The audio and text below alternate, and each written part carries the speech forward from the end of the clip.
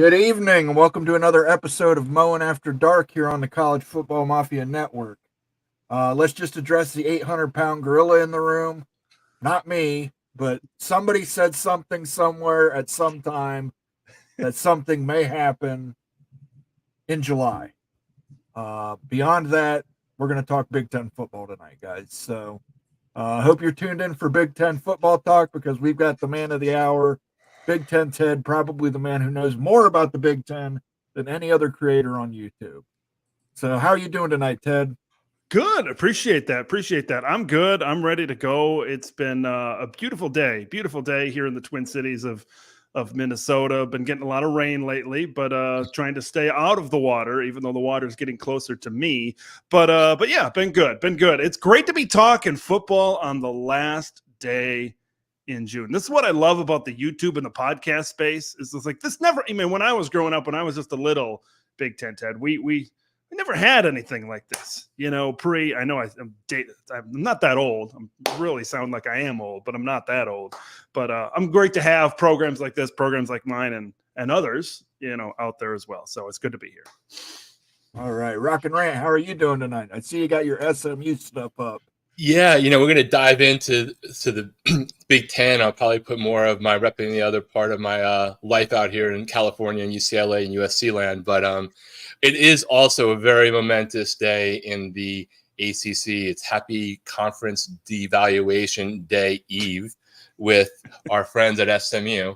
So happy Conference Devaluation Day Eve to all those who celebrate. And I guess there's some part of the conversation of the ACC and whoever said what yesterday plus whoever said what last night that does indirectly impact the Big Ten. But we got an actual season to talk about first before we go into the rumor mill. Right. Let's talk about things that actually exist. And Ted, I'm going to let you rip us a new one on this. I'm going to pull up our tier maker that Wild Ute and I did on Friday. Let's do it. Our tier maker for the 2024 season. So where do we get it wrong? Where do we get it right?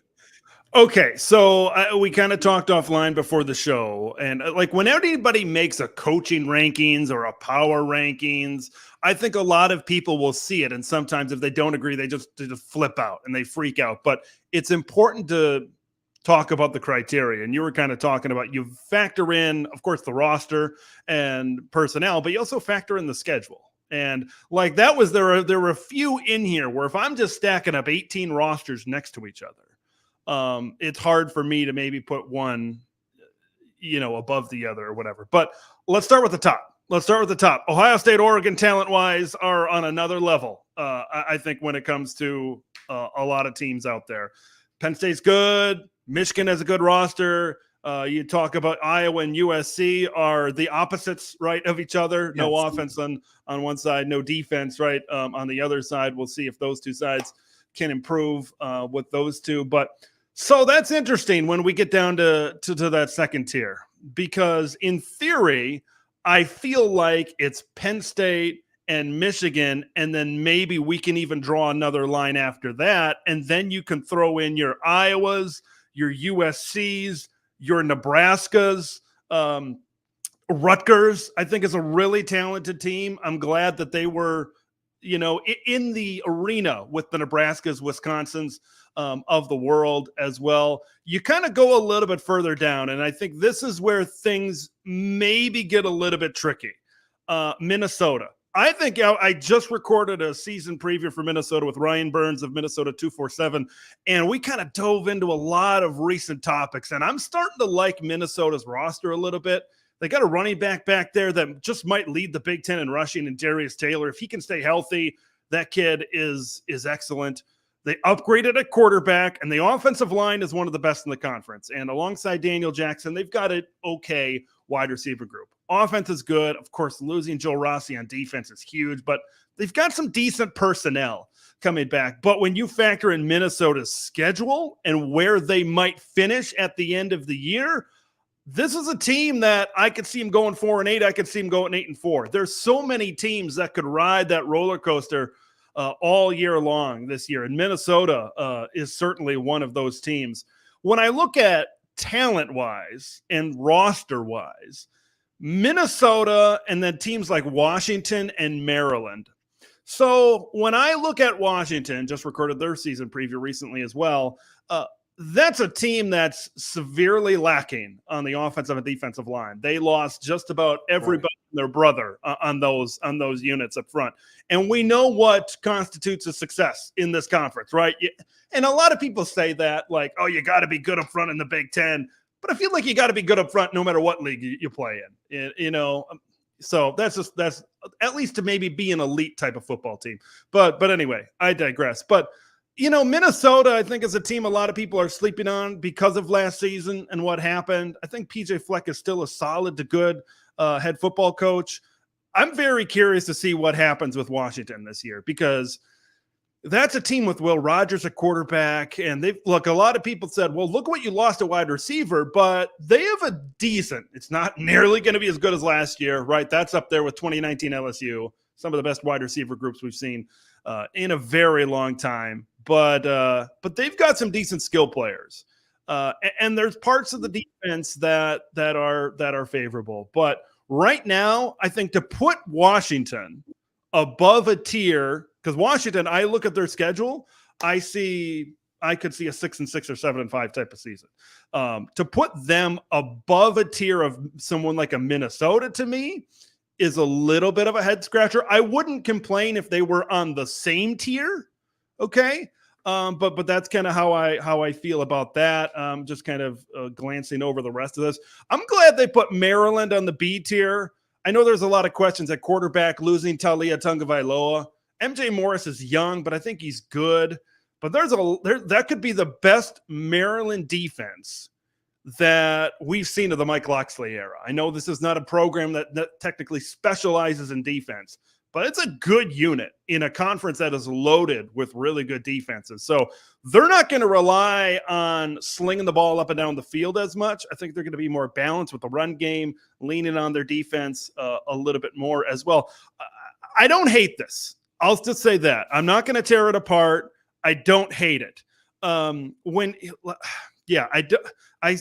of looking, and I got so many thoughts running through my mind right now. So maybe we can go back and forth a little bit here. But looking at the bottom tier, Indiana. Okay, so that's an interesting one.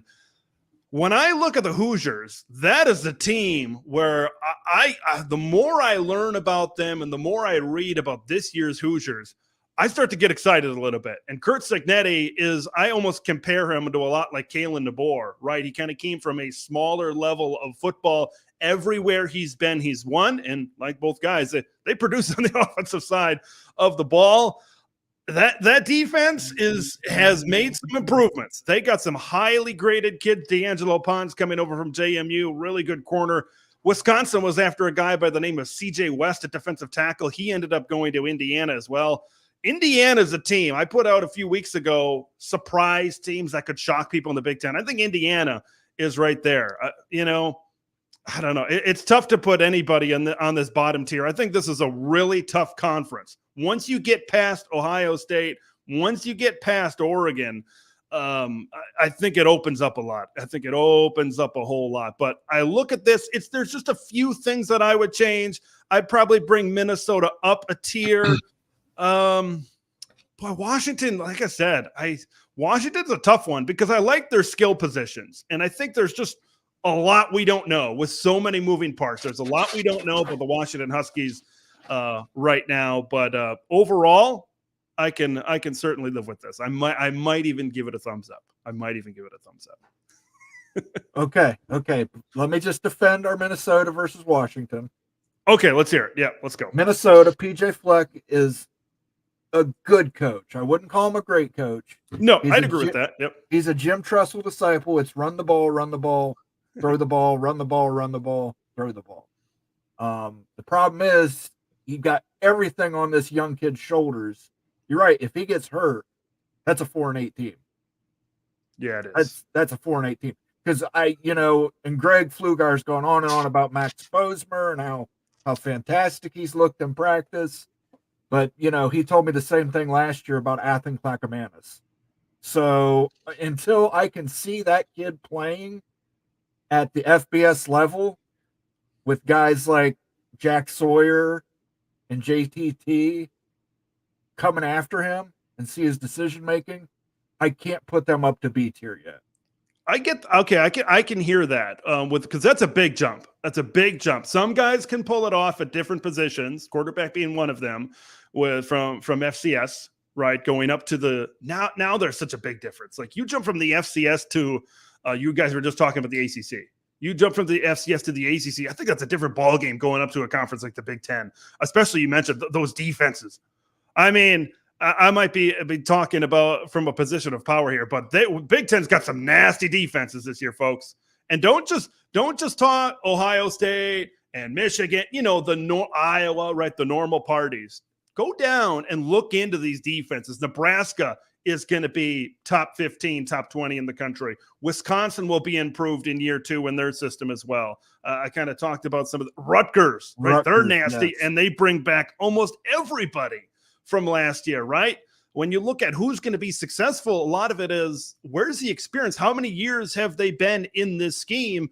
And Rutgers is one of those teams that brings back a lot of experience here right now. But yeah, there's a lot because the quarterback play at Minnesota, the inconsistency of Ethan Kaliak-Manis last season, I think cost them multiple football games. This is easily a bowl team if they have good quarterback play. Okay, let's just put now injuries certainly didn't help them as well. The defense kind of gave up some stuff. They were going through some stuff, injuries, right? And that's what it all comes down to, right? We can say injuries and health, right, until the cows come home, but it is true, and it kind of goes both ways. But yeah, Minnesota, boy, that's an interesting one, right there. There's a lot of pressure, but there's a lot of pressure on other quarterbacks, right? There's a lot of pressure on Dylan Raiola. If Dylan Raiola goes down, Nebraska might not make a bowl game once again, so there's so many things I think to factor in here as well. But you start to look at Minnesota's schedule a little bit, and you want to get to 7-5 or something like that. But I think there are a lot of toss-up games for the Minnesota Golden Gophers. The key for Minnesota and their success this season, they got to win close games because they're going to be in a ton of close games. I look at their schedule, and it's going to be a lot. So yeah, that's kind of where I'm at right now. Yeah. All right, Rock and Rant, you're in a UCLA household. Did you talk to your wife about us putting them on the D tier? No, because you got to keep peace, Okay. But I mean, on that one specifically, I think that they're 1 tier too low at a minimum. I think it's very easy to have looked at what's gone on with the Chip Kelly zone and all of those changes there. But if you go back, and it's also a little bit hard because of the transfer portal era that we're in, but if you go back and look 3 and 4 classes ago, UCLA has talent on that team. Not all of it transferred out. They were in the 30s on recruiting rankings in all of those years, which is better than a lot of schools in the Big Ten. I think you can't underestimate, even though he's a rookie head coach, what Deshaun Foster has brought to the school in terms of momentum. You can see it in recruiting right now, but also in particular, their sore point was their offense, right? And you now have Eric Bieniemy there. So I think that there's upside in what can happen with UCLA. I don't think they're on the same bottom tier with some of the other schools. I did watch a lot of what Big Ten Ted had on his channel over the last few weeks with the surprise teams and other evaluations, when it comes to Minnesota, Indiana, and Maryland. There's clearly no issue with the top tier in Oregon State and with Oregon and Ohio State. I personally put SC down a tier. I'm in the zone of prove it to me with that school and that coach, especially on the defensive side, which might not automatically happen in a year. I think Nebraska being on that tier needs to go down for 2 reasons. 1, because I just don't like genetics, and 2, because I'm thinking putting anybody's weight behind a freshman quarterback with the level of pressure that's on him is a hard bet to really consider that could actually pan out the way that they want. But other than that, I mean, there's nothing fundamentally off, all jokes aside to me beyond those, questions I have and the things we just talked about. Right. I will say everybody we put on tier list is a show me. Kurt Signetti, great coach at Liberty. He's got to show me at Indiana because Indiana has a history of not winning. So, I mean, sometimes the history falls against you, and that falls on Indiana. Outside of the one COVID year season, they really haven't been successful. Eric Bieniemy at UCLA has to show me, hasn't been a head coach yet. Purdue, the way they performed last year, got to show me. So I will say that's part of the reason I put all these guys on D tier. You got to show me something. Now they could surprise. They could. Yeah, this is a deep conference this year. That's what makes these types of tiers and rankings so difficult. UCLA, he kind of Rock and Rant kind of brings up a good point about UCLA, and they got some talent there. Okay, I know a lot of people are thinking, wait, you hired a running back coach as your head coach, and a lot of people, and that might be a lot of maybe the first reaction to some people around Big Ten country and what they thought, but Ethan Garbers can be a pretty good quarterback. There was a revolving door for the Bruins last season, injuries, whatever, Dante Moore wanted to get him in, of course, in the lineup right away. But I think when Ethan was in there, he proved that he can be a serviceable quarterback. They got some weapons. They got some weapons on the outside as well. J. Michael Sturdivant comes back. Logan Loy in the slot comes back. A lot of people around Bruin country that I talked to really excited about Notre Dame transfer Rico Flores. They could have a sneaky, really good top 5, 6, 7-ish wide receiver group in the Big Ten this year. Now, once you get beyond that, right, and some of these things that we talk about, you need to have the depth in the trenches as well. Outside of Jay Toya, they lose almost everything on the defensive line. That was so freaking good last year. So, yeah, UCLA is one of those teams that, they got pieces, but when we talk about the whole team gelling together, that, and like you said, you got to show it to me. You got to show it to me. So it's really hard right now to maybe put teams up and down a tier as well. Michigan State is also an interesting one. I was leaning towards them as a surprise team before they lost Simeon Barrow, Derek Harmon, and Jaden Mangum on that defense. Now, I'm much less confident. Let's just put it that way. Now there's the defense, which has not been good. When Scotty Hazelton was the defensive coordinator there, they were as bad as anybody against the pass, right? They could not stop anybody throwing the football in this conference. So, yeah, Michigan State's a team that has some things to prove as well. But I don't know. Sometimes you just got to trust your gut. I trust that Jonathan Smith is maybe beyond 2024, I should say longer term, that he's going to figure this thing out. He's going to build this thing back up. I trust him doing what he does. I feel like I trust Kurt Cignetti, even though success is defined at 2 different levels for those 2 programs. So, yeah, it's going to be so fun. I think once you get past a lot of these teams, USC, boy, that's one that I continue to kind of go back and forth on.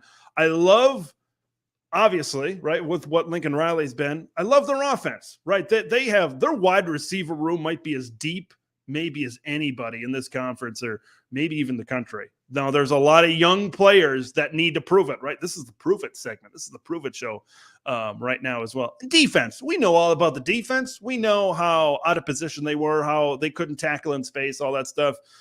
Secondary, I believe, will be improved. But they struck out on Derek Harmon. They went after him. They went after some other D tackles. They had to settle. I hate to say it that way for some Trojan fans, but they had to settle getting, I think, a guy, Gavin Meyer, coming out of Wyoming, out of the portal on the D line. That's going to be the big thing. When I look at USC and when you look at their schedule, our team's just going to be able to line up and just run the ball and keep the hands out of the Trojan offense. That's the big question. I think right now, like when I look at their matchup against Michigan, and I thought about this a month or 2 ago, and I'm like, that could be a terrible matchup. I could see Michigan just lining up a la last year against Penn State. We're not going to throw the football. We are going to run it, and we are going to dare you to stop it. And we're going to keep the best part of your football team on the sidelines for the majority of the football game. So that's just, man, you talk. And then you look at the other side when USC does have the football, when their best unit is out there. Michigan's got some nasty boys up front. All right. They maybe got the best defensive line. I know we got a Buckeye on here, and that's the coin flip for me. Michigan and Ohio State, who's got the better defensive line. But there's a large possibility, even in that early season matchup when the Trojans do have the football, Michigan could eat them up. right, and really put a lot of pressure on Miller Moss in that game. So yeah, there's a lot certainly to talk about, but I think a majority of this certainly fits, as we talked about before. Yeah, I will say this: we put Southern Cal up there because they have an A-level offense. We put Iowa up there because they have an A-level defense. Absolutely. Yep. Yeah, I get it. And for Iowa, that's a team that, like, you almost look at that A tier, and maybe I'll throw Penn State and Michigan out of this, but those are teams that could potentially. Now USC, everything's got to click. I'm talking about potential playoff teams. Everything's got to click. Now they have the schedule where they can have a couple of losses, maybe even 3 losses, and still have a marquee win or 2 still on the schedule. But those are teams right there that are maybe certainly in that play. I'm in that playoff discussion. I'll put it that way. And we know USC got to be explosive. All those receivers just have to come out, and it's just got to be an unstoppable room that when you throw 4 of them across the formation, how do you cover them all? We know what needs to happen for USC. Iowa, their schedule is very favorable, but once again, we need to be able to see that offense. Okay, everybody talks about, well, it's good that you got a new coordinator, it's good that you got this, but once again, there's still some adjustments that are going to be made. Yes, their offense will most likely improve because it can't get much worse, and they've added an actually decent backup quarterback. But I think when you look at the Iowa Hawkeyes right now, I think there's still going to be some adjustments early on in the schedule. And I look at Iowa, and I think there could be a lot of 50-50 games. Now, the thing about Iowa and 50-50 games, they make 50-50 games, 70-30 games, just the way they play football. Kirk Ferentz has a knack for winning close games as well. I talked about this on my Iowa preview I recently recorded. No Tory Taylor this year. And I know some people may laugh at that, at a punter and all that stuff. I mean, this kid was a 4th-round draft pick as a punter. This guy, Tory Taylor, won maybe 2 football games last year, maybe even more than that, of his ability to pin the football. So they have another Aussie coming into Iowa City, but he is a freshman as of right now. Iowa's a team where I hear the playoff talk right now, but their offense needs to take a substantial step up, I think, for them to really be in that discussion. All right, I'm going to ask you both this. Looking at the tier maker, anybody from tiers B through D that could make the title game? Rock and Ramp, you go first. I think Penn State could make the title game. Oh, that's the right. A. That's A. I'm sorry. B through no, D. I don't personally see it. I mean, anything can happen. There's always there's going to be a Cinderella team that way outperforms their preseason projections from some conference that ascends to a possibility of that. But I don't see that happening with the B tier or below in your tier system, your tier rankings that you and you put together. I'd be surprised. Ted? That's a reach. That's a reach. If they're B through D, if there's two stick out. Let's talk about Nebraska first. Dylan Raiola needs to be the guy. He needs to be that dude. He needs to have. He doesn't need to be out. He doesn't need to throw 30 touchdowns or anything because he's got a really good defense to lean on. But he's got to be really, really good. And here's the thing about Wisconsin was the other one, and that's another thing. Tyler Van Dyke needs to be that guy. Mm-hmm. Defense needs to take steps forward. And Wisconsin, the thing about Wisconsin, right? They have Oregon on the schedule. They have Penn State on the schedule, right? You're going to need to win one of those 2 games because here's the question you asked is kind of goes, and there's another possibility that kind of goes into that. Ohio State, Oregon, they, in theory, for this to happen, have to lose at least 2 Big Ten games, which not saying it's impossible. Ohio State has to play Michigan. They have to play Penn State. They got to play Oregon. Oregon's, got to play a handful of good teams as well. So it's certainly possible, but you got to think Nebraska or Wisconsin has to end up with something like a 10-2 or maybe even an 11-1 type of record for maybe as much as Nebraska is bringing back. And I just think that's a huge jump to make. I could see them, that I could see like 10-2 maybe being an absolute ceiling maybe for some of those programs. But yeah, that's a huge jump. That's a huge jump. A lot would need to happen for that to happen. And can I just weigh in on Wisconsin right there? I'll be the first to admit that Tyler Van Dyke had a lot of other things that were not directly his fault, major coaching changes, including some horrible offensive coordinator hires and some injuries. But if we're going to say that Indiana, UCLA, Purdue are in the show me zone, he might be the player in the Big Ten from my vantage point is the most show me that I'm the most skeptical on. I've seen him have amazing games, but I don't know whether or not he's salvageable in a season to deliver that kind of record. And hopefully he can, because I'm not hating on the kid. He always tried, but I'm definitely in the show me zone for him. That's there's one player in this conference that can determine multiple games or maybe like you said, the ultimate show me player, Tyler Van Dyke. Like if he's like Tanner Mordecai last season, this could be a very similar year. It could be 6-6. It could even be take a step back, honestly, because of their schedule this year at UW. So, but the thing is, if he's good, this offense could maybe be really good right along with it. So, boy, yeah, there's a lot of players out there where there's a lot riding on their shoulders. But Tyler Van Dyke, especially with the way this offense and this system, kind of rolls together, there's a lot riding on him right now. The success of Wisconsin, I think it sits square on his shoulders, right? Because of their quarterback play last year and how they fell short. There's certainly, and I think there's, more of a emphasis on Tyler Van Dyke and the quarterback position being better this year at UW. All right, let me ask you both a question. Who is your biggest surprise of the season? Of all these teams, who either is an underperformer or is an overperformer? I would say... Let me start first because people have been giving me tons of shit about it. Rutgers. I'm putting Rutgers up there.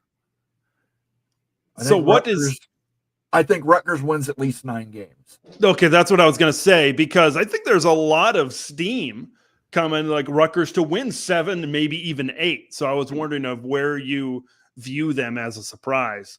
Rutgers is certainly one that's up there. Indiana getting to bowl eligibility, winning maybe 6 or 7, I think is up there as well. Watch out. I talked about this in my show a few weeks back. Watch out for Maryland to start 6-0, 7-0, okay? Because their schedule is very favorable early on.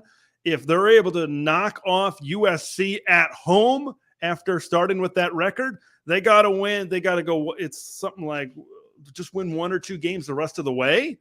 And they'll have their highest win total ever within the Big Ten Conference, which would be an 8-4. They've gotten to a 7-5 regular season, but they've never gotten to an 8-4 regular season. So if they can, so that's something to watch out for in there as well. If you want to talk about a dropper, maybe a team that could, go to below eligibility that we're maybe not expecting. I talked about Wisconsin. Okay. If TVD, if it doesn't work out and that schedule, it's as much as it pains to say me this as a Badger fan, that's maybe hanging over them. I don't see it happening, but it's certainly within the realm of possibility as well. USC, like it wouldn't surprise me for them to have a second straight 7-5 season in there as well. Yeah. For me, the dropper is SC. I think they made a great hire in bringing over the UCLA defensive coordinator to try to turn things around. But I also think if they start slow, the seat's going to get hotter for Lincoln Riley, and just, an oh no, not again mentality could seep in. So they're the ones to me that I think could underperform the tier ranking that you have here. I'll try not to be boring and say Rutgers in terms of ascending. I would have said probably Michigan State with Jonathan Smith coming over. Just as a coach, I think is really good and could take somebody else's people and turn them into something faster than others could. But they were just so, one of the teams I think was most impacted by the spring portal relative across the country, which I don't know the inner workings of the politics there. I would have thought he, with the supportive program around him, would have been able to salvage that. And I would have had them moving up. But since I'm not confident in that, I'll just, based off your tier, I'll throw it into, I don't know, there's something going on with Northwestern investing in their program, and maybe just their nomadic state actually has them rally in a weird way and outperform their ranking and get to, bowl eligibility, where on this tier list, in theory, they wouldn't be. And we shall see. When you start to take a program seriously, sometimes that infuses the entire program with, excitement about the future. And, maybe it starts off this year with a couple more wins than might be expected normally if they were to be on this, next to last tier.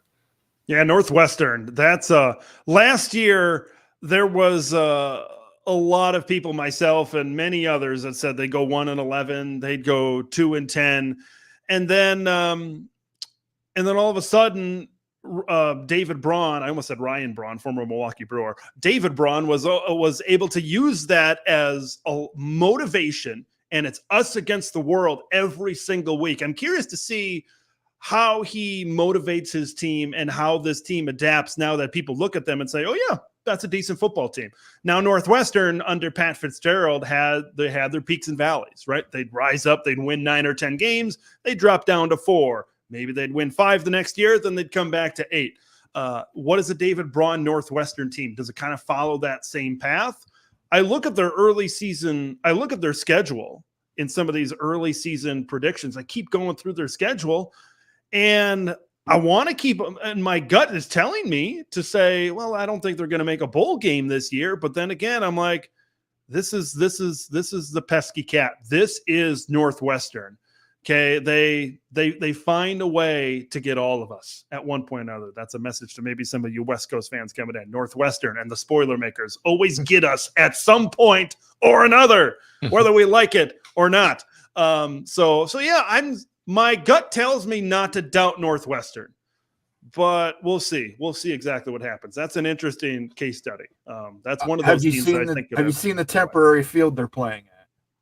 Yeah, that's gonna be fun. That's gonna be interesting. Like in Indiana, we'll play at Northwestern this season. Indiana, a team that wants to throw the football around. You're playing right on Lake Michigan. So how is that going to be throwing the football? We'll see. That could be a little bit tricky with some of the weather and some of the lake effect, certainly coming off of there. All right, let's get to some. We've got some questions and comments that have been rolling up here. Let's go ahead and get to some of these. Rock and Rant, you go ahead and start. You've got a question. Yeah, Ted, just a quick one. Outside of the head coaching hires, I know there's probably been more coordinator changes than I'm thinking of in the moment, but there's 3 high-profile ones to me, at least, as a non-Big Ten endemic person who watches the conference closely. There's Iowa on the offense side, there's USC with their defense side, and to me, it's UCLA with Bieniemy. Is there one of those that you are more confident in them making an instant impact? And if so, kind of why? What's your take? Or is there somebody else that I'm missing that you think is potentially going to change a program right away without necessarily having turned over the roster right away? No, you kind of zeroed in on, I think, the right group of guys. Instant impact. That's a good question. That's a good question. If I'm going of those 3 guys, something tells me USC's defense is going to be better. And like I said, I don't see any of those units all of a sudden being a top 5 or top 6, 7 unit right in the conference at those specific positions that you certainly talked about as well. I think UCLA at points could maybe give some folks some problems.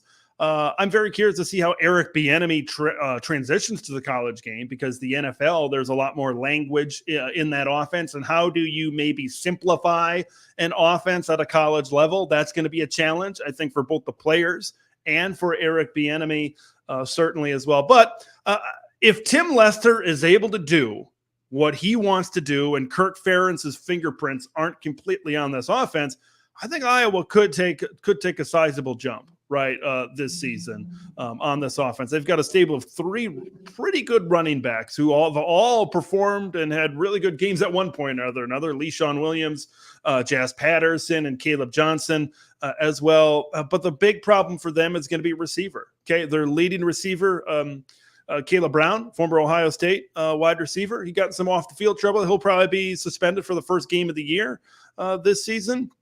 We'll see what happens beyond that. And the thing is, beyond Caleb Brown, they just don't have much at wide receiver. That's going to be the problem. Is this going to be another year where it's going to be heavy tight end type of packages with Luke Lachey and Addison Estrenga in that tight end room as well? So, yeah, if maybe I'm siding with one, it's probably Tim Lester at Iowa. I think there's going to be a lot of pressure on what's happening over there at USC.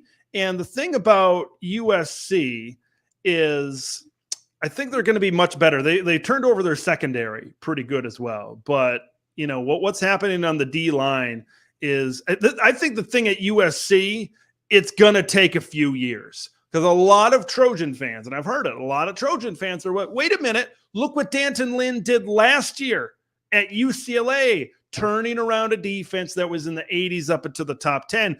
You got to look at what they had on that roster. Okay, that's I think with Liatu Latu and Murphy and some of these other kids that were coming off the edge on that defensive line, you have to look around and says USC doesn't have that type of talent on that defensive line. They just don't. Bear Alexander's good. Jamil Muhammad, right? There's some good. Can they be great? Can they make that jump? Right now, I just don't see it. I just don't see it. And the thing with Iowa is they don't need to be the 50th ranked offense in the country. Okay, we've been saying this for years. If Iowa is just the 70th ranked offense in the country, this is a playoff caliber team. No doubt. No doubt. If their offense is not a liability, okay, there's no doubt that this is a playoff caliber team. Like this year, you talk about this year, this is an 11-1 possibly caliber football team. If that offense is just somewhat of a threat and not completely anemic. So I'm sure Immaculate is smiling somewhere hearing you say that, Ted. Let's get to some comments here. Keep Chopping, who's obviously a Rutgers fan, says Rutgers is A because of the schedule. I believe Rutgers does have the easiest schedule in the Big Ten. That was a totally unbiased to take, so it's a good one. It's definitely one of. That's also, like, you look at Rutgers' schedule right now, and I know a lot of people have been talking about the schedule out there, and that's why Rutgers. Now, it's not the only reason why Rutgers can have success, right? They returned the Big Ten's leading rusher defense. We talked about all that already. Lots of improvement over there at wide receiver. But you look at some of these games this year, they got to go on the road to Virginia Tech. They got a quarterback, I think Kydron Jones is his name, that a lot of people are excited about over there. I know Rutgers was able to, they had their way with the Hokies last season. We'll see. But you look at some of these games, they got to go on the road. They play Nebraska, they play Wisconsin, they play USC. We talked about Minnesota as well, on the road at Maryland. I mean, these aren't complete pushovers, I guess is what I'm trying to say. You know, so there's a world where Rutgers can goes 6-6 or 7-5 again. Like I said before with who did I say that with? Minnesota. Rutgers, I think, is going to have to win a lot of close games. And the thing about Rutgers is Ethan Kaliakmanis needs to be more consistently good, right? You can't have those head-scratching throws where he's open and he throws it behind him and it goes for a pick six or something like that. Like, I'm curious to see how Kirk Shiraka really and Ethan, who have a relationship, right? Kirk recruited Ethan out of the state of Illinois to come to Minnesota when Kirk was there. So I'm just very curious how that's going to all work together and see exactly, because they need a pass game. They had no pass game last year. So, and if they do have a throw game, this could be a dangerous football team. So, but yeah, Nebraska, not going to be, even Washington the week before that. I know it's a Friday night in Piscataway, which certainly favors the Rutgers Scarlet Knights, but you know, you never know. UCLA, like we talked, I think there's a lot of games on this Rutgers schedule that are not guaranteed. And I'm very curious. The Virginia Tech game is one that I'm going to be focused on early in the season, because I think that's going to tell us a little. It won't tell us the whole story, but it will tell us a little bit exactly where this team is, specifically Ethan throwing the ball and how they can move the ball down the field. That leads to another question from another Ted, Illini Ted, obviously an Illinois fan. What non-conference games involving the big teams are you most interested in seeing? What a slate of non-conference games. That is a fantastic question. My inner Badger in me is screaming at me and saying it's Alabama and Wisconsin. That's going to be a big one. We talked about proving it before. That is a huge proving ground for Luke Fickell. Maybe some people have forgot about in the Badgers a little bit after a 6-6 and 7-5 regular season the past few years. That's an opportunity to say, hey, we're still here.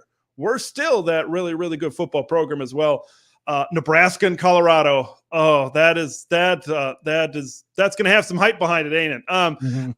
Here's the thing: no matter who wins that game, the team that wins that game is going to have a whole bunch of hype, because Nebraska, of course, with Dylan Raiola, if he plays well and they win that football game, the Nebraska hype train is going to be chugging down the tracks, right? And of course, we know what Colorado, right, and the attention that they bring, and what it's going to be if they're able to go into Lincoln and win, which I would believe would be the 4th consecutive win for the Buffs over the Huskers as well.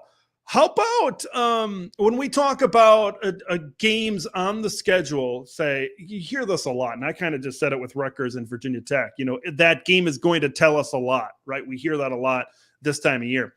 USC and LSU. Right. This is the Spider-Man meme of college football games, right? They are mirror images of each other, right? You've got great quarterback play, great offense, but terrible defense. And both of these teams have retooled their coaching staffs, defensive coaching staffs. Let me say that. Both of these teams are replacing quarterbacks that have won Heisman trophies. The list goes on and on and on about how similar both of these teams are right now. For USC, right, because we're focused on the Big Ten here in this discussion, they just can't. It's not the worst thing in the world if you lose by 10. If you lose 45-35, maybe you can take some positives away from that. They just can't get run off the field. This cannot be Alabama, would that be 2017, whatever year that was, where they lost 52-6. You can't have that, because that, I think, could really damage things early. If that happens to USC early, just a couple of weeks later, they face off against Michigan. So, they need to be competitive right away, and we need to really find out what type of guy Miller Moss and this entire offense is as well. There's so many to choose from. But that's Illinois, Kansas is a sneaky one that's out there as well. Illini, that one is in Champaign this year. But Michigan, Texas, right? Of course, you got to talk about that one right off the bat there. Michigan doesn't have that non-conference schedule to lean into to figure out the quarterback situation, right? Like it did when Cade McNamara and J.J. McCarthy were going at it a couple of years back. Okay. Whoever it is, Davis Warren, Jack Tuttle, Alex Orji, whoever it is, you gotta have it figured out, because when you look at Michigan, they want to make it to the playoff for the 4th consecutive season. In order to do that, you got to win one of these games. Texas, Oregon, Ohio State. 9-3. Yeah, okay, we could see 9-3 teams making it, but you take a look at the rest of the Michigan schedule, there's a chance that there's not a ranked win on that schedule. Not saying it's guaranteed. Okay, a lot can happen, but there's a chance. So I feel like they need to win one of those games. Luckily for them, they get 2 at home. Okay, Ohio State's on the road. But they need to win one of those games. Beating Texas will allow them have a little bit more of a comfort level, kind of going forward for them to possibly get into the postseason. So, yeah, that's a huge game. But there's so many. I'm sure I missed some. But there's so many Big Ten non-conference games. I'll go with the LSU USC one, and without beating it to death, I don't think it's not a close game where USC loses. They will either go in and win and change their projected down team, or they will get crushed. I don't think they lose by a field goal or 10. That's what my scenario is. The other game, unless I'm reading schedules wrong, that I think is sneaky is Penn State at West Virginia. There you go. Yep. Because West Virginia is a team that I have overperforming in the Big 12, and like my surprise team there. And if I'm not mistaken, that game is in West Virginia. So correct. That could be an interesting game too. That's a sneaky one right off the bat. Garrett Green is good. This offense is good. Penn State losing Daquan Hardy, Kalen King, Johnny Dixon in the secondary. there's going on. Like I said, going on the road. That's one where Penn State, they got to be ready to go. New defensive coordinator. They got to be ready to go. Like that. Like that's a really good Penn State defense. But I don't. A lot of Penn State fans are saying, "Hey, we're going to beat them by 20," and it could happen. Absolutely. I think that game is going to be. I think it's going to be closer. I'd say it's within 3 scores, maybe more around 2. Could it be 14 to 17 points somewhere there? Yeah, possibly. But I think that this could be a fairly closer game. And it depends. We're going to find out what Penn State's offense looks like with Andy Kotelnicki, right? Mike Yurcich had it boxed in, and they need to kind of let the cat out of the bag a little bit. They need to be a little bit more explosive and push the ball down the field. That's going to open up so many things, especially with the run game as well. I feel like teams could really crowd the box last year, and that's why maybe Nick Singleton and Katron Allen didn't have as many explosive plays as they did 2 years ago. So, that's another one where, that's certainly one to watch out for. If West Virginia goes down the field, they look good offensively right away. We'll see. We'll see to see if Mountaineers can pull the upset. All right. Speaking of out-of-conference games, we got a super chat from Mr. Buckeye Jared Jones. September 7th, we're all Texas fans. I think we can all agree to that. I think that's universal.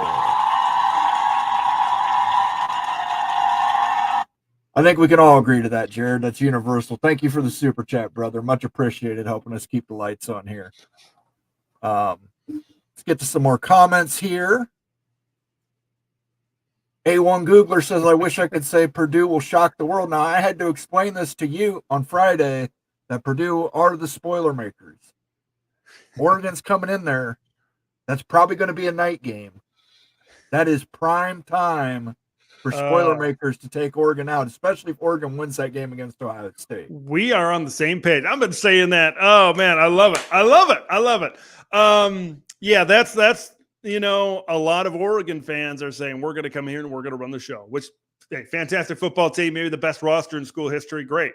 That is an interesting spot. It's a classic, Moen, you and I know as Big Ten fans, it's classic spot for the spoiler makers to show up. Oregon, an emotional game, right? Coming if they come off of a victory in that instance against Ohio State. It's a short week, and you got to travel on a Friday night. Ross-Ade is an underrated venue when it gets to be a night game. When the Ross-Ade Brigade is rocking and Purdue, kind of has some momentum in that stadium. Look, Oregon's probably going to win the football game, but there's a possibility the Ducks could be a little bit banged up from a physical matchup against Ohio State. And maybe it takes them a quarter or two to really get in the swing of things. And for Purdue, hey, you got to make sure we got to jump on. If that is the case, we got to jump on him early. We got to jump on them early. And Hudson Card, I like Hudson Card, but man, he was running for his life last year. They need to protect him, and they lose almost all their wide receiver room at Purdue. So they got some things to figure out. Certainly, they got that's a team. They got a piece, really good pieces here and there, but together as a whole team, will it gel? We'll see. But yeah, that is the classic spoiler maker spot right there with Oregon coming to town in late October. Spoiler makers. Sergeant Pickle says Huskies are in the 7 to 9 win range. I think that's a little optimistic, but he's a Huskies fan. So, yeah, that's a Washington team that they're going to need. I think if they get to the higher end of that range, they're going to need this offense to be clicking.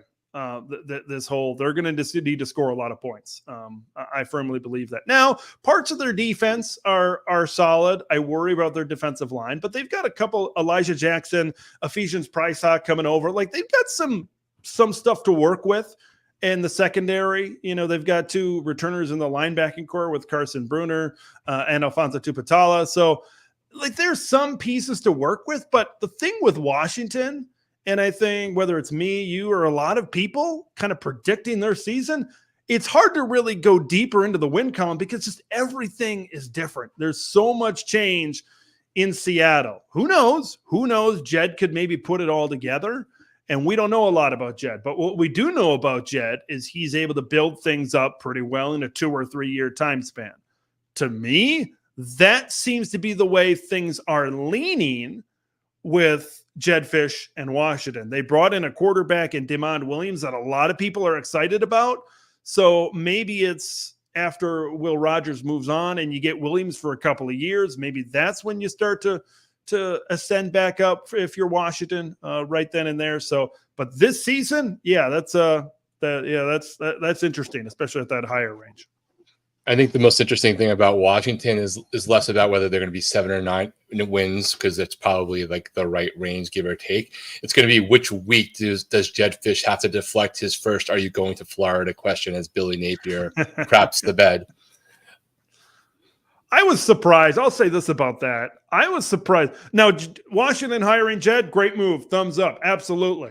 But if I was Jed Fish, and I don't know how much he loves the University of Florida, because a lot of people, when they say, hey, it's his alma mater, okay, that I think it means different things to different people. I think some people love their alma maters more than others. But, Deshaun Foster loves UCLA for sure. Right? Exactly. We don't know if Jed is Deshaun Foster of Florida.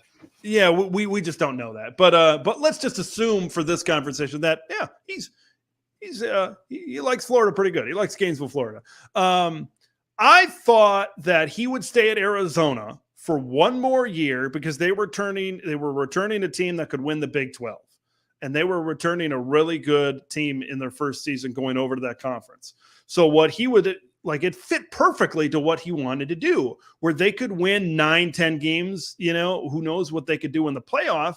He'd once again prove that he can do a lot with this roster. And then he'd maybe go over to Florida after. Man, that Florida schedule, I get a headache just looking at it. Like, holy man, I get pure joy, Ted, pure unadulterated joy. And a bag of popcorn as big as my entire house. I don't know. I don't know about that schedule. Maybe whoever put it together, their job should be evaluated a little bit. But that's a crazy schedule. My former Badger quarterback Graham Mertz lead the show over there in Gainesville. Just me. I know we got a lot of other stuff to talk about, but Florida, man, it'd be a minor miracle if they won 7 or 8 games. That's just the way I see it. So. Yeah, I'd buy a lottery ticket if that happened, Ted. Illini Ted says the Illini picked up some talent from the transfer portal in the last month, but still think they are going anywhere from 4 to 8 wins. Yeah, Illinois. I love the recent pickup of Zachary Franklin. Had a couple of 1,000-yard receiving seasons over at UTSA. They didn't have a great number one option, I think, before him. A lot of people pointed towards Pat Bryant, but I didn't really see him being a great number one option. So now that it makes their wide receiver room a little bit better, we can take that sigh of relief. They lose Isaiah Williams. They lose Casey Washington from last season. Like, there's pieces to this team that I like. I like Caden Fagan in the backfield. I think he's a really good running back. I really like the offensive line, right? It could be one of the best in the conference. Luke Altmaier, TBD. You got replaced by the Illinois legend John Paddock towards the end of last season, and you weren't able to get your job back after November. So that defense, that took, I think, maybe a little bit of a bigger step down, replacing all those guys from a couple of years back. That's a big question, because now you took that step down last year, and then you lose Johnny Newton on top of it on the defensive line. There's some big questions, I think, for Illinois. Our Big Ten mindset is supposed to trust Brett Bielema, right? And what he's able to do within this conference. And I want to trust Brett Bielema. Their schedule doesn't favor them the most. To me, for Illinois, just get to that bowl game. Get to that postseason. Get to that 6 wins. Make that a 1 game at least. 1 game improvement from last season. Win some of these close games. Beat the Purdues. Right? You weren't able to do that last season. Beat the Northwestern. Weren't able to do that last season. Get on the right side of those rivalry games, and you could be on your way to a bowl game. I never trust Bert. Never trust Bert. No, if you're an opposing fan base, you always got to be aware. Always got to be aware of that. Keep Chopping says rational people have Michigan in the 8-4 range. That seems quite a big drop for me because they might trot out the nation's best defense. And I know yeah. So I like the run game. I think is still going to be solid. Okay, I still think it's going to be really good with Donovan Edwards and Kaleo Mullings. I think is going to step up and be a big time part of this run game. They might have the best tight end in the country with Colston Loveland as well.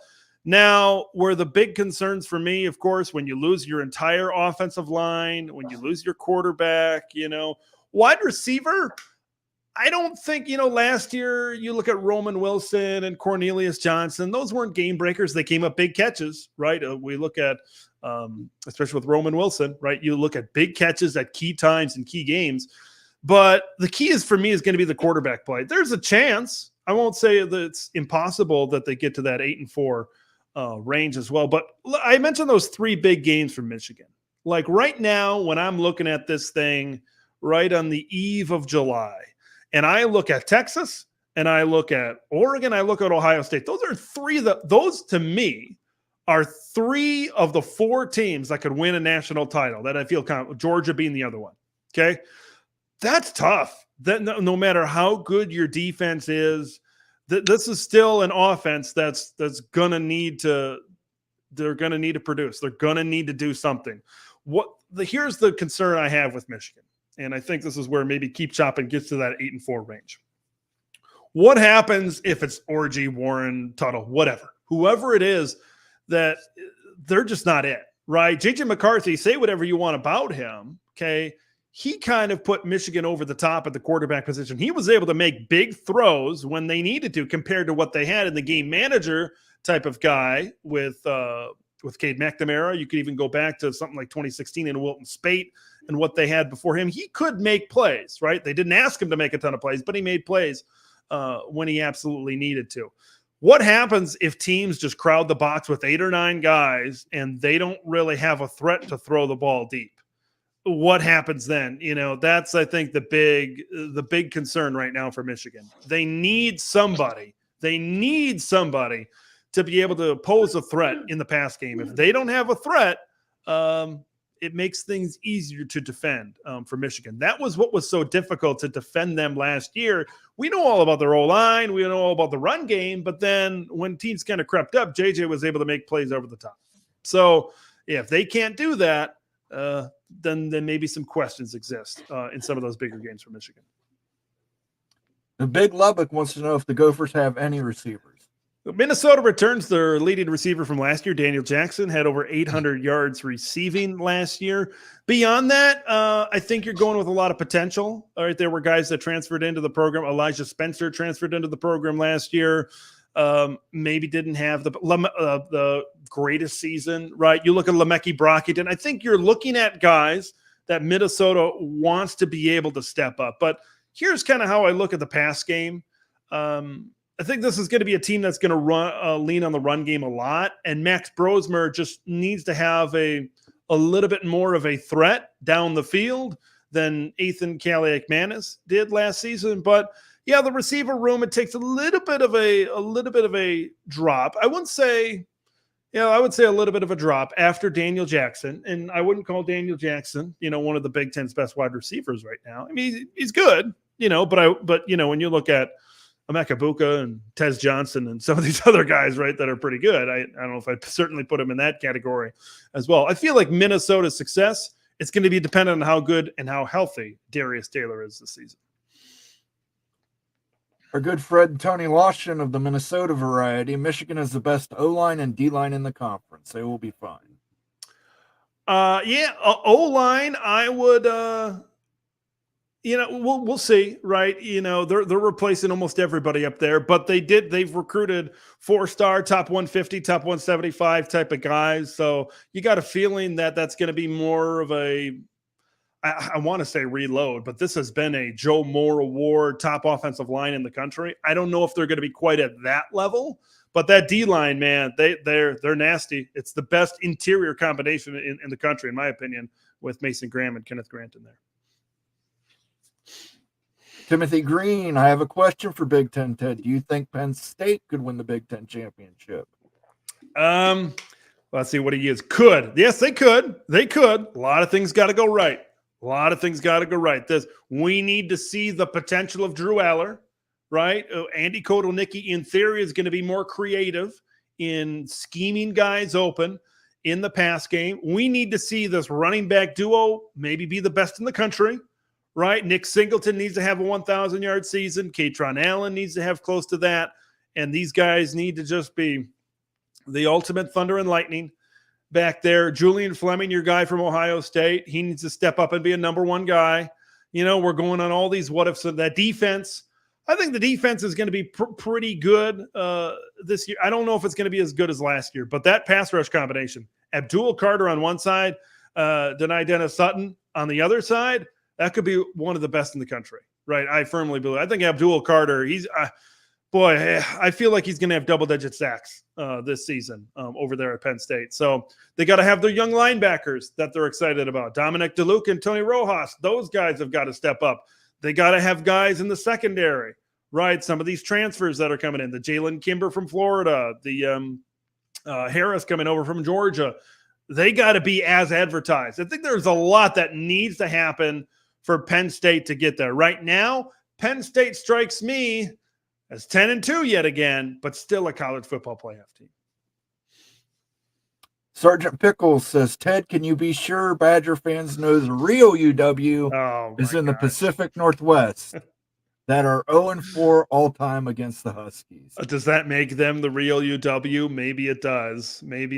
I don't know. But, I've been hearing that. A little bit. And, I don't know. I see that as all joking aside, we talked about, hey, West Coast teams, who are they going to form rivalries with? There's been a lot of that discussion. Washington and Wisconsin, I kind of feel like they've been similar programs maybe throughout their history. They've peaked at times. I could see them being in the same. We talked about tiers before. I could see them maybe long-term being in that same type of tier and having a competitive series over time, no doubt. If you have to say, Pickles, you're the real whatever, it's almost a self-fulfilling prophecy that maybe you're not. So just beat them on the field in the conference and you'll get to claim it without having to claim it. He said it, not me. I'll let him speak.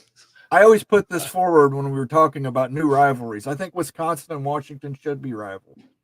Yeah. I think that's a perfect West Coast, East Coast rivalry. Yeah. I'd love to see that. Yeah. Same with Oregon and Ohio State. I think Oregon and Ohio State should be rivals. Yeah. Would you? So by rivals, do you mean protected where they're playing every year? I would want to play them every year. Okay. Yeah. That's Ducks a whole versus Bucks. Ducks versus Bucks. Yeah. They got a little bit of history over there. So I'm that's been asked by some people to me, schedule. What's going to happen with scheduling? Right. Because that's a big topic with these expanded super conferences. Of course, we kicked off the show with maybe something happening here in the next month or so. If we get to 20, 22, who knows, maybe even to 24 teams in these conferences, I'm curious because if you want to protect more than just one rivalry, okay, I think you got to be okay. Like saying if you're Ohio State, for example, you might not play Iowa for 4 years or something, a team that maybe you've played a lot over the years in your conference history. If Florida State comes in or whoever, Notre Dame, whoever comes in, I think that's just something. I think we're kind of getting outside of the idea of a normal conference where we're playing each other maybe every year, every 2 years. I think it might even go like 3, 4, and 5 sometimes with some of these teams. Yeah, you can solve that to some degree. I mean, maybe the only thing I thought the ACC did okay in the division zone, assuming if you get so big in the Big Ten that you have to consider it again, was having a lot of your permanent rivalries not actually in your division. So like Miami and Florida State were separate. They were played every year, and then you played obviously your division team. Yeah. There's potentially a way that you can do that with, like, let's say it goes the ultimate and you're 24 teams. Mm-hmm. And you have to go to divisions again. You play all of those schools. You protect a lot of rivalries that way without overweighting one division, and protect something else outside that is a permanent game, and the rest are rotational. Yeah, I'd go divisions. Yeah, that I think if we keep on expanding, and my thoughts on this seem to change every day. But if we go, I could see 20 and not going to divisions, even though you could do 4 or 5 team divisions if you really wanted to. But I think it's once you get to the 24, I think that's when you really start. But who knows? Maybe at 20, if the SEC gets to 20, if the Big Ten gets to 20, they might look around and say, hey, maybe this will work for us. Yeah, So, the NFL works that way too, right? You're Yep. playing all of your Yep. division teams twice, but your entire division plays a whole other division every single school. So Yep. if you went to 4, that the worst case you're at is 3 years, right? Yep. Yeah. So yeah, that could certainly work. So, and if it's not divisions, it could be we talked about pods, like scheduling pods. Hey, you play this group of teams, which I guess that's what they're trying to do with some of these protected games, like Iowa plays Nebraska, they play Wisconsin and Minnesota every year. So yeah, I don't know if we can do scheduling pods, but once again, if you have 3 or 4 protected opponents, like Iowa is going to be a team that's not going to play maybe UCLA every 3 years or whatever it is, right? It's going to be a longer period of time until they play some things. It's not that big of a deal to me. I just care about rivalries being protected. I don't want to see Michigan and Michigan State lost on a yearly basis. I don't want to see Illinois, Purdue. I don't want to see Iowa, Minnesota. I don't want to see those games lost on a yearly basis. I want to keep those around as much as we can. Sergeant Pickles says he is here for the Bow Down Jump Around Bowl. Okay.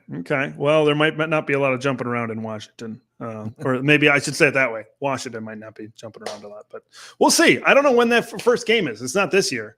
But yeah, I'm excited to see when it does happen. I'm excited. All right, let's talk about realignment, the elephant in the room. We heard at first Florida State, Clemson were definitely big. Now they're not big. Now we're not sure. Now we're waiting on Notre Dame. We're waiting on North Carolina. What do you think, Ted? Where do we go from here? Can you inform me what exactly dropped on the late kick tonight in the first 10 minutes of the show? Do you know? He basically said that something might happen in July.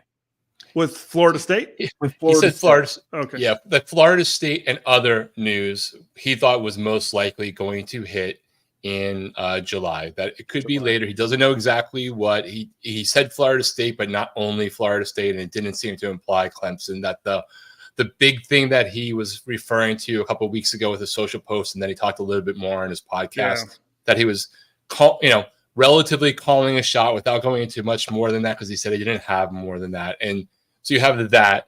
You have the Feinbaum stuff last week about what's Florida State's value, et cetera.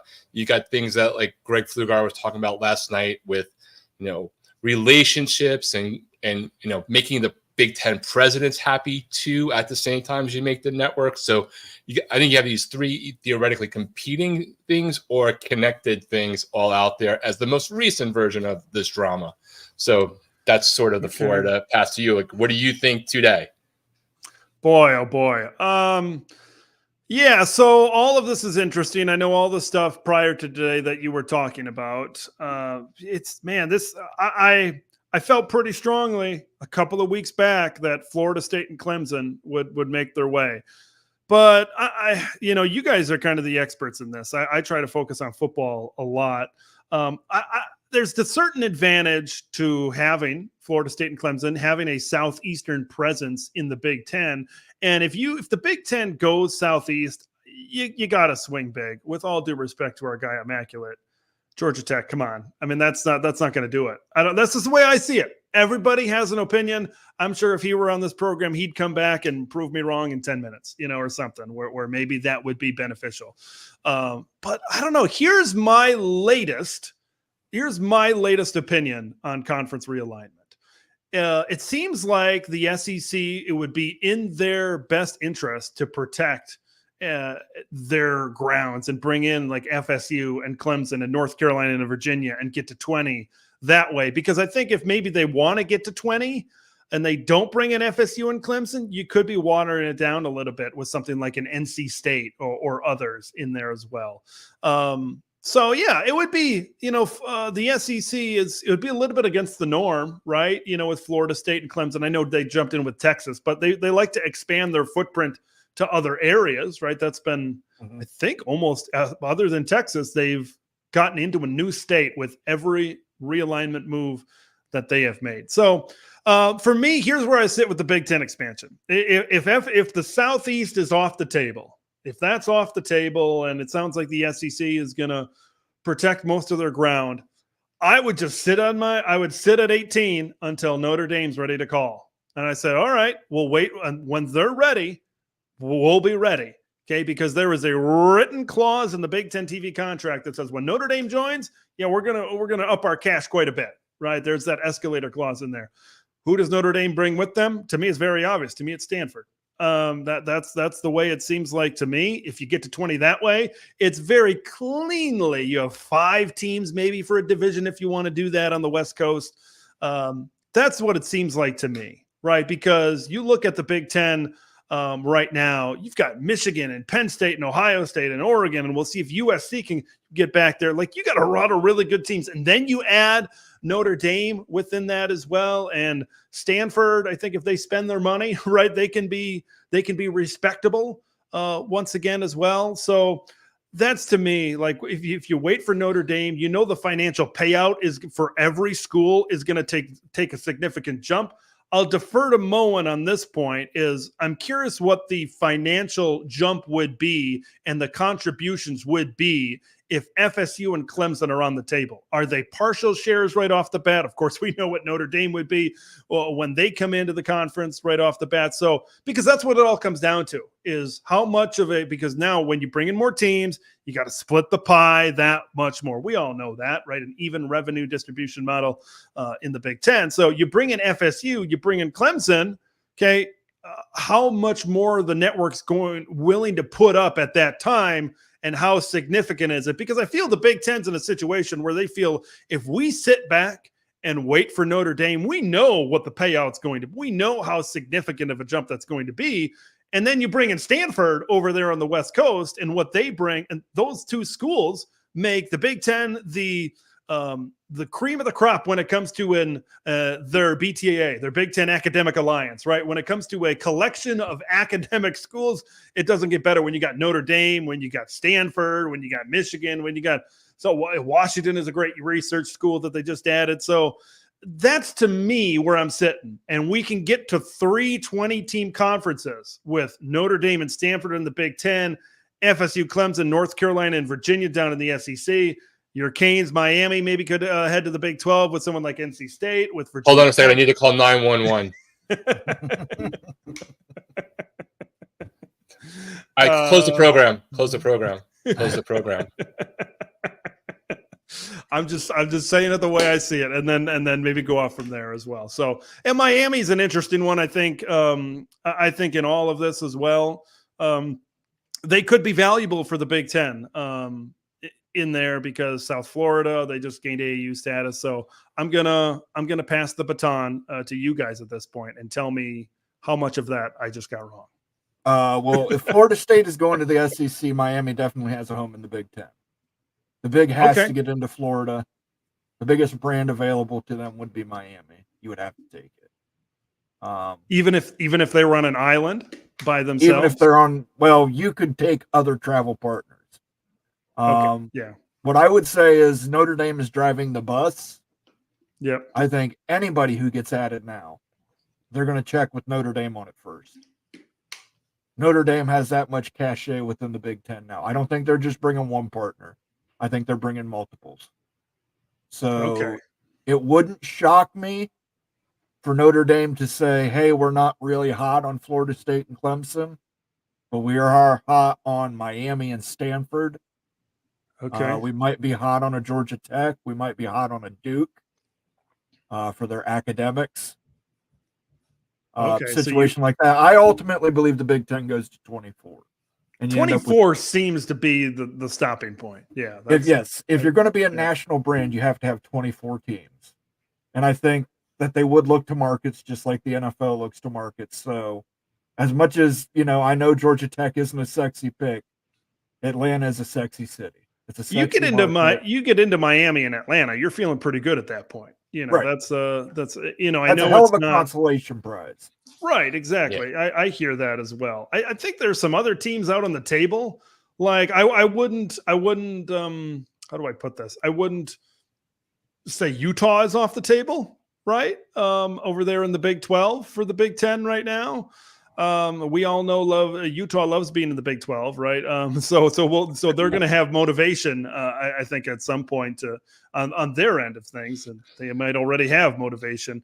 So yeah, I feel like things aren't going to be so nice and neat. I feel like there's going to be just some really big, it could be here in July, right? There could be some just very big move, maybe that we're not expecting, because when the Pac-12, when we kind of learned that it wasn't going to turn out right for the Pac-12, things kind of ended up, with those 4 going to the Big 10, with the 4 corners going to the Big 12, like we maybe expected. It kind of went ish the way, maybe Stanford and Cal going over the ACC was maybe a little bit different. Some people were thinking Stanford and Cal could end up with the West Coast schools in the Big 10 in that move at that time.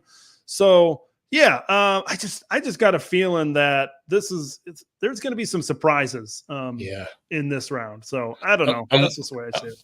I'm with you on that part, Ted. I think that there's some part that we all are just, a lot of it's going to be like, yeah, we kind of figured that it did happen a little bit differently. And then there's going to be some aspect of it that we're all just, every YouTube creator and social media person is all going on at the same time going, holy crap, did that happen? And specifically my reaction to your comment, which is a fair comment about Miami Big 12, is less about, I think the Big 12 is going to be super interesting football wise, and it's not even a shot there. It's more of, when it's all said and done, if you're Miami and you have, let's say you have a great NIL and you have great, you have the money and you have relationships, the schools that you're competing for recruits on are going to be in the Big 10 and the SEC. That's like the recruiting base. And I think if all things wind up being equal, you're either going to have to overgo it, even on NIL, to make up for that gap, or you lose to that gap just because of the nature of who you're recruiting for. So it's less about, oh, I think the Big 12 isn't good. It's more of like, I don't know how a school like Miami,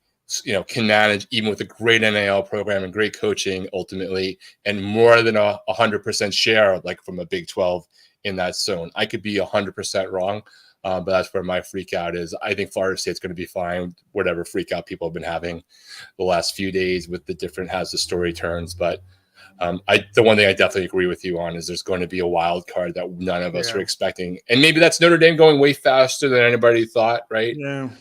Or maybe 2 years ago, everybody thought the shares would have to be halved because of where the media deals are. And now it's 2 years later or a year later and things are different and the contracts get adjusted and, Washington and Oregon get made whole and Florida State comes in at 100%. Like, and everything is possible. The one thing I mentioned to these guys earlier today is people are making the assumption that in 2030 that all these conferences are going to be aligned with the same networks. And that, I think, is a mistake. For all we know, Venue is going to blow up and they'll be making the bids. NBC and Fox together. All of these conferences just shifted their TV partners in the deals that are starting this year in some form or another. So there will be some surprises. Yeah, that's I'm very curious to see what those 2030 negotiations are going to be like, because they all come up ish at the same time. SEC, Big 10, college football playoff. I can't remember when the Big 12 is in there. It might be in there as well. So yeah, I'd be very interested to see how that turns out. And that's the big question, I think, when it comes to the Big 10 for Florida State and Clemson. And we talked about Miami or someone like, what's the increase in the payout in the current TV deal right now? That's, I think, that's going to be the big question right now to see exactly where that stands, because it's going to have to fit in with, of course, what the Big 10 presidents want and agree on. It's got to fit in academically. Like Paul Feinbaum, he brought up academics when it came to FSU. Like they're on a razor's edge for AAU right now. So yeah, I mean, and they're pretty, in my research at least, like they're pretty good. They're ahead of schools in the current Big 10. I don't know what he was, where he was even coming from. Like all you have to do is Google it. here's the thing about Florida State, or sorry, not Florida State. Here's the thing about the Big Ten that just kind of drives me up a wall sometimes. I'm not going to lie. Everybody talks AU, AU, AU, AU, like it is the be all and the end all of Big Ten expansion. Is it important? Absolutely. Right. This is a conference that is an academically strong conference. There's a lot of research. Big Ten Academic Alliance is very important to a lot of people. But are you telling me that if Florida State and the Big Ten had a conversation and they looked at Florida State's resume and what they were, we just talked about their academic profile, and they looked at their academic profile of maybe we'll call it, we'll say academically they're midway in the Big Ten. We'll say they're somewhere around half, which may or I don't know how accurate that is, but I think it's around. You're fairly close. Like they're in that middle tier. Let's say it's in the middle, and everything's looking good. I thought I read somewhere because I did a fair amount of research on this when I did the realignment videos that I did. I thought they had like the most research funding or something in the state of Florida. Like there's a lot of bullet points that are certainly in favor of Florida State right now. Are you telling me the Big Ten looks at that resume and all of these things looking pretty good, and all of a sudden, well, you're not in AAU. Sorry. Like, I just have a hard time believing that just because they barely missed out on AAU and they have all these other things working for them, not to mention their huge ratings draw when it comes to football and some of these other sports, and adding down into the Southeast and probably being the primary addition in the southeastern part of the country, I just have a hard time believing. My thing that I thought of, and I think I've said before, is I could see them saying, hey, all right, there might be some horse trading behind the scenes. Big Ten, Fox, hey, we really want Florida State. Let's get Florida State in the next cycle of AAU memberships, right? That's the first thing. Second thing for the Big Ten, I could see, all right, let's they say, hey, we'll bring you into the conference, but let's just have a little bit of an uptick on research, so to make sure you become AAU certified by the time we get to 2027, 2028, something like that as well. Remember, Nebraska is not an AAU member. Also, they lost their AAU certification shortly thereafter they joined the Big Ten as well. I think, Moen, or guys, correct me if I'm wrong, was Michigan State admitted not as an AAU member? They weren't AAU. It took them, I think, 8 or 9 years to reach AAU status within the Big Ten. After they joined the Big Ten. After they joined the Big Ten. Correct. So they were not not AAU when they were admitted. I think that was sometime in the 50s. 1956, I believe.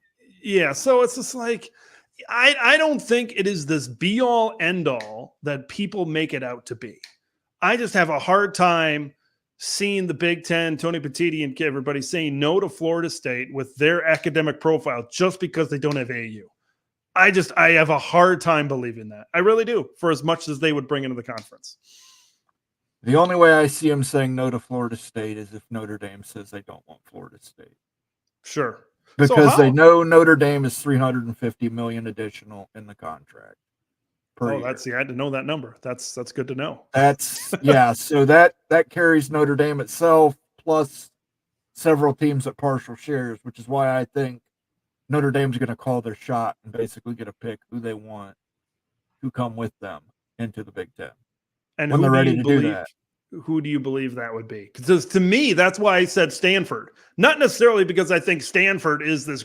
I mean, they certainly do bring some positives with their academics and research and all that. But I said Stanford because of the relationship that they have with Notre Dame. Look what happened in the ACC. Jack Swarbrick goes on the Dan Patrick Show, says, we got to find a home for Stanford. Don't get me started on that. That's a lot of hypocrisy right there. But I digress. I think they just they've got that relationship. Correct me if I'm wrong, but that seems to me as maybe being the first one that Notre Dame, right off the tip of their tongue, that they would say. They would. I have a feeling if the ACC starts to fall apart, Notre Dame has to start seriously looking at joining a conference. I think at that point they could come to the Big Ten and say, we want Stanford, we want Cal, we want Miami, we want Georgia Tech, we want a Duke, we want a Pitt maybe. Okay. These teams that they've played frequently or have a relationship with, and that would be your Now, I also have this out of the world theory that at some point the Big Ten might sway Texas A&M to become the 24th team. But if that doesn't happen, I'd say Kansas would be number 24. My football historian within me wants to keep A&M in the SEC because I want to see Texas and Texas A&M. Of course, the relationship with Arkansas in there, and just, the old Big 12. It seems like a lot of these Big 12 schools are coming into the SEC, and I'd like to kind of have that still be kind of the western part of that conference. But I'd be very curious to see if that's a reality with Texas A&M, because does it look like they're running away from Texas at that point in time? I'm very curious as these first couple of years go by in the SEC, what exactly they're feeling, right? What exactly?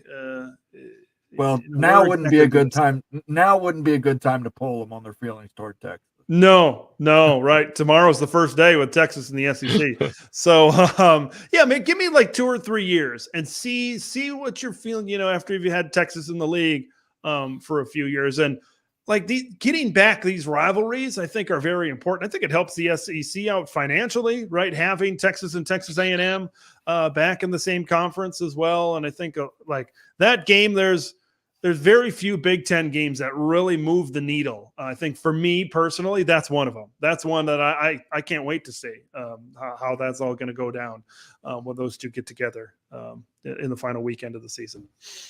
All right, let's get to some comments real quick, and then we'll finish it up here, Ted. I appreciate you taking so much time to talk with us tonight. Keep Chopping says Notre Dame coming in will be a 4-team deal. I think so as well. I think it's 4 teams they're bringing with them. Yeah, that makes that makes sense. And so Notre Dame would come in at that amount that you were talking about, and I think a lot of these other teams would be partial shares if they'd be partial shares until the Stanford. Deal. Well, the Stanford has proven that with the extreme partial share that they're coming into the ACC, they don't need TV money. Right. And we all know that to begin with. So there's a lot of, like, if Cal, right, I don't know where they're at compared to Stanford. But yeah, there could be some of these schools that could just be like, yeah, we're good. Getting a partial share to start off with, knowing what they're going to have in the back end. Aaron Frazier says Florida and Miami are EST. I live here in Florida and I'm originally from Chicago. As a Miami fan, I'm telling you, this state is full of Midwestern transplants, i.e. Big Ten fans and alums. That's a big deal. Got those snowbirds down there because, like, that's the thing when Rutgers was first added to the Big Ten. A lot of people kind of said, Rutgers, that's weird. But there was a lot of Big Ten alumni for those away contests in New York City. Right. And you talked about Washington, D.C. and Baltimore area, DMV for Maryland. Now, of course, it was another big factor was cable boxes at that point in time as well for Rutgers and Maryland. But having those alumni, like L.A., right, there's a lot of Big Ten alumni over there in Los Angeles as well. I know a really big wild card. I think Immaculate has brought this up before. Was like someone like Arizona State, where there's a lot of Big Ten alumni going on down there. They just got AAU status, so they're in a decent market up there in Phoenix. So so that's something to maybe keep an eye on as well. But a lot of these transplants, a lot of these alumni living in these places, that can certainly be an advantage to get them to the Big Ten. Right. Sergeant Pickle says, if you can't sway A&M, TCU and Dallas Metro is a solid option. I'm curious to see your take on this because you've got a so back in I forgot how many years ago this was, but I feel like BYU tried to get in the pack a few times. Multiple times. Multiple times. And of course there was the West Coast, these schools weren't having it, right? Right. They didn't really fit in right together. Now you have USC, you have UCLA, you have some of these West Coast schools, and then you have some of these more academic elites that, like, what's the view of maybe a private religious-based institution as it pertains to the Big Ten? Because I could see TCU. I see what you're saying. But I'm just very curious to see how that type of school really fits into the model of the Big Ten and if it's similar to what it was in the Pac-12. Well, listen, going Notre Dame. Yeah, you're chasing Notre Dame. You're chasing the biggest of the private denominational schools. I feel like Notre Dame's a little bit different because of because of their relationship with some of these schools, right? With the USCs and the potential Stanfords of the world. And of course, with their academic profile. I'm going to be honest. I don't know what the academic profile is with TCU. I don't know if it's good. I don't know if it's not good. So, I'm not even 100% sure they're still a private religious school. I think they're private, but I believe they're non-denominational now. Oh, okay. Gotcha. I think just like SMU, they basically took the religious aspect out of it. So, sure, I getcha. But I'm not aware of what their research status is either. So. Right. Yeah. No, that's like the big thing. I think what it comes down to, right, is like Feinbaum mentioned, and some of us have mentioned here, is where do they stand academically? Where do they stand from a research point of view? TCU had a really good season a few years ago, but look at TCU maybe over the long term. I know they had good seasons. Gary Patterson had some good years. They beat Wisconsin in a Rose Bowl. I know all about that. But what's their consistent, like, what kind of a team are they? Where would they, how would they match up in the Big Ten? I just don't know.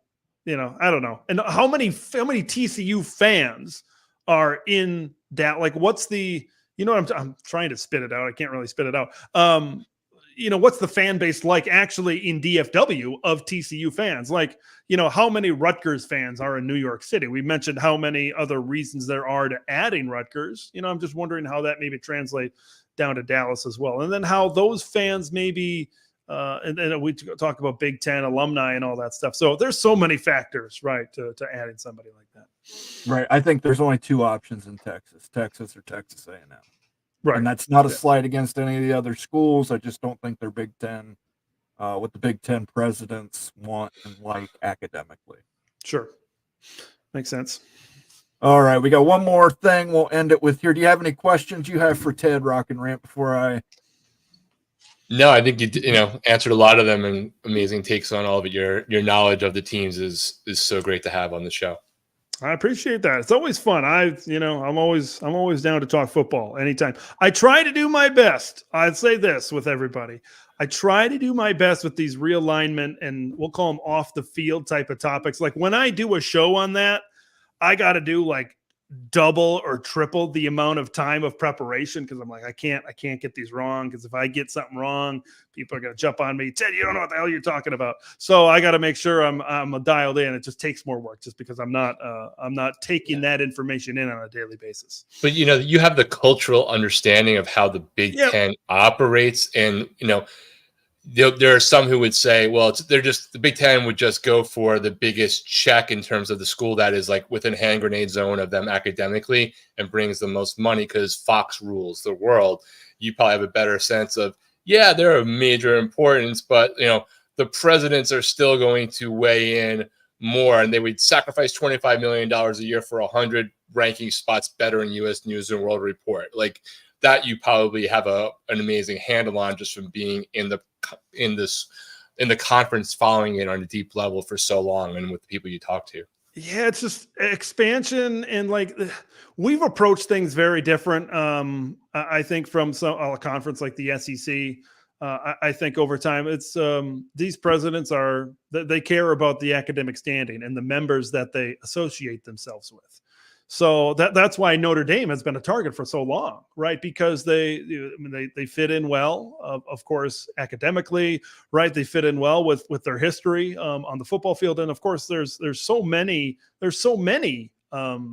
rivals: Purdue, Michigan State, now USC, maybe Stanford, right? It's just we don't need to beat that dead horse with Notre Dame. We know why they're a candidate for the Big Ten Conference at this point in time. But yeah, it's just the way the presidents look and how they look at expansion, I think is very different from down south in the SEC as opposed up here in the Big Ten. Yeah, and Sergeant Pickles wants to tell you, cheers, Ted. Appreciate you being here. Yeah, it's always good to be here. Always good. And Timothy Green wants to say, this has been a wonderful show. Very educated guests, fantastic content. Thank you for all you do for fans like us.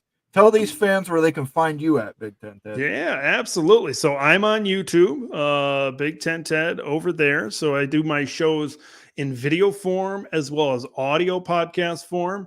Right now, it's just Spotify. Still got to work on getting that over to Apple Podcasts as soon as I can. That'll hopefully happen before I start my season previews as well. Do we have, by the way, before I finish up my thought here, do we have any other questions or anything else we wanted to top out? Otherwise, I'll. No, I think we'll wrap it up here. We Gotcha. usually go Okay. Then I'll continue. But yeah, and then at Big Ten Ted over there on Twitter, do a little bit more additional content over there on Twitter. That's not a complete copy and paste from stuff on YouTube, but excited what we got coming up, man. Been working really hard and putting together season previews. Got team experts from all of these teams across the Big Ten. July 19th, the first one is going to drop with Moen, defending Big Ten and national champion Michigan Wolverines. So that's the day the video game drops as well. So that's going to be a busy day. Unless you get the early access like some of us did. Oh yeah, that's right. So yeah, it's going to be a lot of fun. So last check. We've got reporters coming on from the On3 network, from Rivals, from Locked On, from the Believe podcast. That's like they're all over. So yeah, there's some really fun. There's some really fun guests. We're doing like 20 to 30 minute complete in-depth position by position breakdowns, schedules, offense, defense. It's going to be a lot of fun, and I haven't been putting out a ton of content lately because I had to record these and I got to edit these. And then I'm going on vacation out to, I don't know if Sergeant Pickles is still here, but I'm going to be going out to Washington State for 2 weeks out there. So that's like right when I'm leaving. So it's going to be 18 straight days of in-depth Big Ten previews. I'm so excited about it. I'm so excited to share. I've had some really, really great conversations so far with some really good guests, guys that are there in the trenches every day, guys that are there at the press conferences, guys that are there at the media availability. So it's really fun. And I've learned a lot about these teams. And, maybe even through some of these previews, maybe a few of my thoughts have shifted one way or another. So I'm just about done recording all of them. So the next week or so, I'm going to be editing those as well. But July 19th is when those season previews begin. It's going to be one after another. And I think maybe like right before the season starts a week or so, I think we're going to do like a marathon and put them all together into something like a big live stream for 7 and 8 hours as well. So that's still in the works. So we got a lot of things, whether it's your team or whether you want to know about your rival or whether you want to know about these new West Coast teams. It's the place to know. It's the place to figure it out. So I will say really this: happy. If you're a fan of the Big Ten, you have to watch Ted. If you're not a fan of the Big Ten and you want to get a feeling for the flavor of the Big Ten, watch Big Ten Ted. We got one more super chat here, Ted, before we go. Josh Pate's comments today has to be about the SEC because there's too much lawsuits dealing with the Big Ten. SEC already has deal with ESPN. Thoughts, and this would be in regards to Florida State and Clemson, obviously joining the SEC. So he says lawsuits dealing with the Big Ten. I'm curious your thoughts on that. Why would that? I'm trying to spit this out. So the lawsuits are against the ACC. He says there's too much lawsuits dealing with the Big Ten. But I think he means just that the easiest path to avoid the lawsuits is for ESPN to essentially horse trade themselves into getting them there. Like, hey, we can. Let's make this right. I don't know how they make it right to the ACC, but essentially if something big is happening, the easiest path to that happening would be, shuffling whoever ESPN wants to keep, and ESPN makes the rest of the ACC whole. Florida State fans, I don't know if they'd be happy or crying about that. I can see it being mixed, but I think it's the point he's trying to bring across. That's I think the reason people have shifted towards the Big Ten with FSU is because of everything that really went down with the playoff this year with ESPN and how much they mentioned ESPN in their lawsuit against the ACC. I don't, would they forget about, that's what I'm trying to say is like, I feel like, would they hold a grudge enough where they would say, no, we really want to be in the Big Ten of what would happen? I feel like they'd maybe put that aside if it was the SEC. I'm very curious to see where Florida State really wants to end up, right? Of course, we know that they have that rivalry with Florida as well. That would be natural. I mean, we know those both Florida State and Clemson seem like more natural fits, right? If you're kind of Yeah, right. If you're kind of taking all of these pieces, right, they seem to fit towards the SEC because of who they've played in the past, right? Clemson and Georgia have played a series for I think something like 40 or 50 times as well. So yeah, I'm just I'm curious. I think this is gonna be a fun month or so here coming up. So appreciate the super chat, Kerry. I kind of touched on this a little before you got here. I think Notre Dame's driving the bus on this. And whoever Notre Dame wants to bring along is who's going to be picked. I don't know, So I think Florida State would have to get the approval for Notre Dame. I don't know what their relationship is like, so Yeah, we'll see. But I think Florida State's going to be fine. I think they'll end up in one of the Power Two. So yeah. My take is that Florida State's hatred of ESPN from what happened with the college football playoff, whether real, imagined, or a little bit of both, 7 months later, is secondary to their hatred of being in the ACC. And if this was the path out, not the preferred path, but either way, you're eating versus starving. right. Yeah, I get that. You might get a full share in the SEC where you could have only got a partial share in the Big Ten too. So that's something to keep in mind as well. So we're going to take off here, guys. Thank you so much for joining us on a Sunday night. I know you guys had a lot of options, and if you're watching on demand, by all means, leave us a comment, throw us a like, throw us a dislike if you didn't like any of our takes. Those help too. So I want to thank Big Ten Ted again. Ted, stay tuned after the music. I want to talk to you a little bit. And we will catch you guys next Sunday. Tomorrow night, Monday at 8 p.m., I think I'm going to be hosting the Big West Mafia show with Becky Go Huskies. I think that's what the plan is for now. I'm going to check with Becky and see if she wants to do that. And then Tuesday at 8 p.m., we will have the Big 12 Mafia show, as always. And then Wednesday, we have something special planned. So we will see you guys then. Thanks, everybody, for stopping by. Peace out.